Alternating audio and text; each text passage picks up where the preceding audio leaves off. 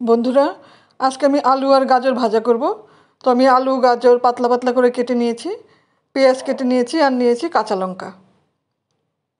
এবার আমি তেল গরম করে নেব।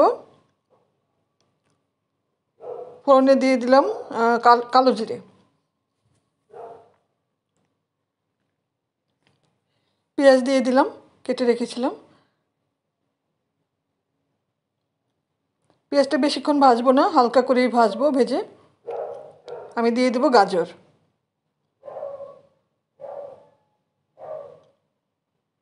একটু নেড়ে চেড়ে নেব।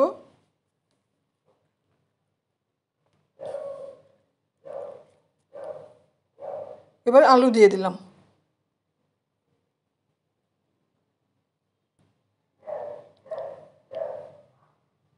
আলু আর গাজর ভালো করে একটু মিশিয়ে নেব।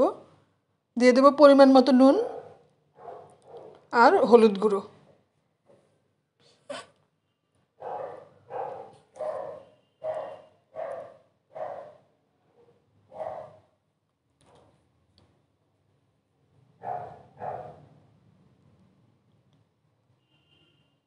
আমি খানিকক্ষণ ঢাকা দিয়ে রান্না করব।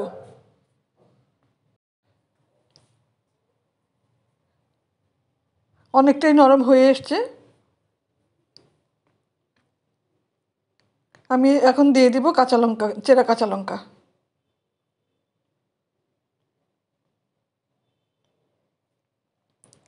আবার খানিকক্ষণ ঢাকা দিয়ে রান্না করলাম।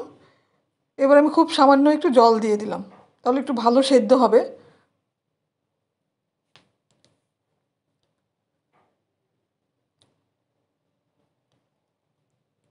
হয়ে গেছে সেদ্ধ।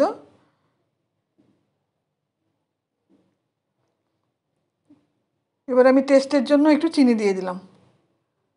এবার সব কিছু খুব ভালো করে আমি ভেজে নেব। একটু সময় নিয়েই ভাজবো।